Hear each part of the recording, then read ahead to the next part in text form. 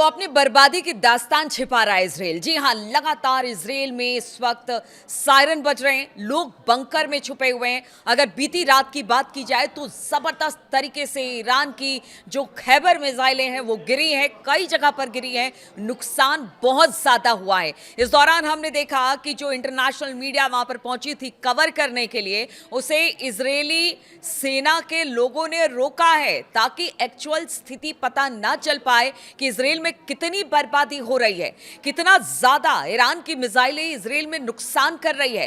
तेल अवीव से लेकर बाकी शहरों में इस वक्त हालात बेहद खराब है। अगर ईरान में हालात खराब है तो इजराइल में भी हालात बेहतर नहीं है। इधर अगर अमेरिका की बात की जाए तो इसके जितने मिडिल ईस्ट में खास तौर पर जो कि एयर बेसेस थे, जहां पर एयर डिफेंस सिस्टम लगा हुआ था, वो सब धाराशायी होते चले जा रहे हैं। इसीलिए हमले करने में अब ईरान को आसानी हो रही है। इधर अगर इजराइल की बात की जाए तो इनके भी आयरन डोम है और बाकी भी जितने एयर डिफेंस सिस्टम है, सब क्या हो रहा है, क्यों नहीं आखिर ईरान की मिसाइलें रोक पा रही है। देखिए, ईरान ने पहले ही कहा था कि शुरुआत में ऐसी ऐसी मिसाइलें दागी गई जो कि एक तरह से उन्होंने उसको भंगार कह दिया, कहा कि वो उस तरह की मिसाइलें भी नहीं थी। अभी तो बहुत सारी मिसाइलें ऐसी हैं जिनको दागना बाकी है, गिराना बाकी है अमेरिका पर, इजराइल पर, और वो अब हो रहा है। खुर्रम शहर 4 हो गया, खैबर हो गया, बाकी भी जितनी मिसाइलें हैं एक के बाद एक आप जानते हैं कि किस तरह से कहर बरपा रही हैं।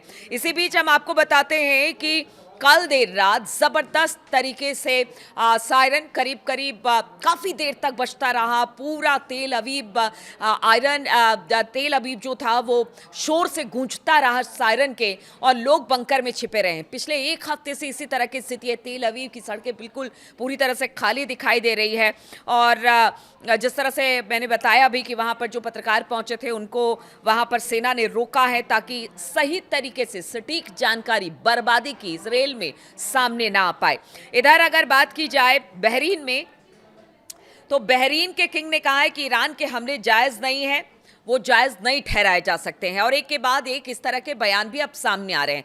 लेकिन ईरान का बयान भी आपको बताएंगे कि किस तरह से पेजेश्कियान ने बयान दिया, लेकिन उस बयान को लेकर बहुत ज्यादा सीरियस ईरान दिखाई नहीं दे रहा है। और उसके बाद अरागची का भी बयान आया। दोनों बयानों की बात, और खास तौर पर सिरफिरे ट्रंप की बात भी आपको बताएंगे कि वो अब किस तरह का बयान इस लंबे चले युद्ध, क्योंकि आज 10वां दिन है युद्ध का, और इसके बावजूद अगर वो तेल को लेकर कुछ कहते हैं, ईरान को लेकर कुछ कहते हैं, तो यही लगता है कि आखिर ट्रंप चाहते क्या हैं। क्या दुनिया को बर्बादी की तरफ धकेलने में ट्रंप बिल्कुल अब उन्होंने ठान लिया है कि बर्बादी की तरफ दुनिया को धकेल ही देंगे। ये तमाम बयान बताएंगे। लेकिन इसी बीच खबर ये भी आई है कि जिस तरह से ईरान की मिसाइलें सऊदी पर लगातार गिर रही है, अब एक सरकारी आंकड़ा जारी किया गया है जिसमें से 2 लोग मरे हैं बताया जा रहा है। सरकारी जो आंकड़ा जारी किया गया है जिसमें से एक भारतीय भी बताया जा रहा है। वहीं जो यूएई का सेल्फ डिफेंस है, वो बताया जा रहा है कि उन्होंने अपनी तरफ से किया। हालांकि ये तस्दीक अभी नहीं हो पाई है कि यूएई ने हमला किया है कि नहीं ईरान पर, क्योंकि यूएई पहले ही कह चुका था कि देखिए अगर ईरान ने अपने हमले बंद नहीं किए तो फिर हमला करेंगे। लेकिन अभी हमले की बात तो सामने आ रही है यूएई की, लेकिन कब किया है, क्या किया है, यूएई सरकार की तरफ से भी किसी तरह का बयान नहीं है, और ईरान की तरफ से भी किसी तरह का कोई बयान सामने नहीं आया है। अब आपको बताते हैं कि किस तरह से जो बयान तमाम अरब देशों की तरफ से आ रहे हैं, ईरान की वो निंदा कर रहे हैं कि देखिए ईरान हमले कर रहा है, वो सही नहीं है। अगर ऐसा होता है तो आगे आने वाले दिनों में जो अरब के मुल्क हैं, यूएई है, कतर है, बहरीन है, सऊदी अरब है, ये तमाम लोग भी कह रहे हैं कि अब हमला किया जाएगा। अब आपको बताते हैं कि ईरान इस हमले को लेकर क्या कह रहा है, क्योंकि हमने सुना था ईरान के राष्ट्रपति पेजेश्कियान के बयान को भी। उन्होंने कहा था कि देखिए अब हमला नहीं होगा, माफी भी मांगी, लेकिन उसके कुछ देर के बाद ही मिडिल ईस्ट के अलग अलग देशों में हमला ईरान की तरफ से हो गया। अब अरागची का बयान सामने आ गया है। ईरानी विदेश मंत्री अब्बास अरागची ने रविवार को एक बयान में साफ कर दिया कि अगर अमेरिकी जमीन हमला करता है तो फिर ईरान उसका जवाब देगा, और इसके लिए वो पूरी तरह से तैयार है। यानी कि जो बात हमेशा से ईरान कहता रहा है वो एक बार फिर से अरागची ने दोहराया है पेजेश्कियान के बयान के बाद। उन्होंने कहा कि मिडिल ईस्ट में अमेरिकी सैन्य ठिकानों पर हमला आत्मरक्षा के अधिकार का हिस्सा है। उनका कहना है कि युद्ध ईरान की पसंद नहीं थी, बल्कि अमेरिका और इसराइल ने उस पर थोप दिया। उन्होंने पड़ोसी देशों पर हमले का भी बचाव किया और कहा कि उनकी मिसाइलें अमेरिका तक नहीं पहुंच सकती है। ऐसे में ईरान अपनी रक्षा के लिए जो कर सकता है वो कर रहा है। यानी मिडिल ईस्ट के अलग अलग देशों में अगर ईरान हमला कर रहा है तो अगर उनकी मिसाइलें अमेरिका तक नहीं पहुंच सकती है तो जो उनके ठिकाने मिडिल ईस्ट में है, यानी अमेरिका के ठिकाने मिडिल ईस्ट में, उनको निशाना बनाने का काम किया जा रहा है। हालांकि ईरान ने कहा है कि वो पड़ोसी देशों को और ज्यादा निशाना नहीं बनाएगा और कोशिश यही करेगा कि किसी तरह से निशाना ना बनाया जाए। लेकिन ईरान के टॉप डिप्लोमेट ने कहा कि बेशक कोई भी इस जंग को जारी नहीं रखना चाहता, ये हम पर यूनाइटेड स्टेट इजरायलियों ने थोपा है। उन्होंने कहा कि ये जंग बिना किसी उकसावे के, बिना किसी वजह के गैर कानूनी तरीके से शुरू किया गया और हम अब जो कर रहे हैं वो अपने सेल्फ डिफेंस में कर रहे हैं और ये कानूनी काम है। मतलब ऐसा ही नहीं कि हमने खुद ही उठकर हमला कर दिया, यानी उधर से हमला हुआ, हमने हमला अपने बचाव में किया और ये कानून के दायरे में है और हमें ऐसा करने का पूरा हक है। तमाम बातें आराक्ची ने साफ कर दी है कि जब तक अरब मुल्कों के देशों से अमेरिका हमला करता रहेगा तब तक हमला हम इसी तरह से करते रहेंगे और ये रुकने वाला नहीं है। अब देखिए, इधर लगातार 10वां दिन है आज, तेल की कीमतें बढ़ रही हैं और इधर ट्रंप ने एक बड़ा बयान दे दिया है। ट्रंप ने क्या कहा है आपको बताते हैं। ट्रंप ने कहा है कि देखिए इसको गंभीरता से मत लीजिए। अरे भाई, गंभीरता से क्यों ना ले, पूरी दुनिया भर में हाहाकार मचा हुआ है। यहां पर जो स्टॉक मार्केट है अलग अलग देशों के वो गिर रहे हैं, तेल के प्राइसेस बढ़ रहे हैं, गैस के प्राइसेस बढ़ रहे हैं। इसके बावजूद भी ट्रंप कहते हैं कि इसे गंभीरता से मत लीजिए।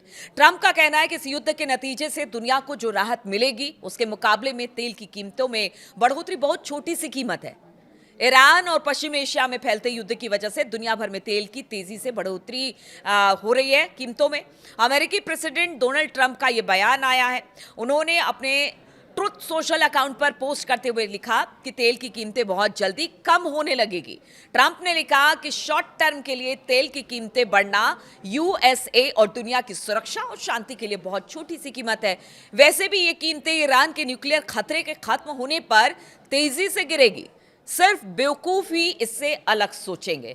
अब पूरी दुनिया भर के लोगों को बेवकूफ ट्रंप कह रहे हैं और अपने को सबसे ज्यादा समझदार। ये नहीं समझ रहे हैं कि अगर 10 दिन लंबा और ये युद्ध चला तो फिर पेट्रोल और यानी कि क्रूड ऑयल के प्राइसेस कहां जाएंगे, दुनिया कहां जाएगी, मंदिर की तरफ आगे बढ़ेगी। लेकिन ट्रंप की जो निगाहें हैं वो ईरान के तेल पर है, क्योंकि इनके भी एक मंत्री ने कह दिया कि हाँ, हमारा मेन हमला करने के पीछे का पर्पस जो था वो ईरान का तेल भी है। तो आप समझिए कि ये सारी चीजें क्यों हो रही है। ट्रंप और नेतन्याहू ईरान को क्यों घेरने की कोशिश कर रहे हैं। रिजीम बदलने से लेकर तमाम बातों की, वहां विद्रोहियों पर हमला हो रहा है, रिजीम चेंज हो जाएगा, वहां पर एक बार फिर से पुरानी व्यवस्था लागू कर दी जाएगी, वहां पर जो नेता है उनको हटा दिया जाएगा। लेकिन असल में तेल का खेल है। घूम फिरकर बात वहीं पर आ जाती है और ये ट्रंप और उनके तमाम जो नेता हैं वो यही कह रहे हैं। लेकिन ऐसे में आप समझिए कि 10 दिन बीत चुका है, 10 दिन और अगर चल गया ये, तो आप समझिए कि दुनिया भर में किस तरह से मंदी का दौर देखने को मिलेगा। सब इसी को लेकर गहरे सोच में है, अलग अलग जगहों से बातचीत हो रही है। रूस ने तो कह दिया है कि जो अमेरिका कर रहा है वो बिल्कुल गलत है, हम ईरान के साथ हैं। अब देखना होगा ये जंग कहां रुकेगी। और जो ट्रंप कह रहे हैं कि दुनिया भर के लोग पागल हैं, वो ये नहीं समझ रहे हैं कि बड़ी छोटी सी कीमत वो अदा कर रहे हैं। क्या ट्रंप को भी आगे आने वाले समय में पता चलेगा कि ये छोटी सी कीमत किस तरह से दुनिया को हिलाकर रख देगी? सवाल सबसे बड़ा इस वक्त यही उठ रहा है।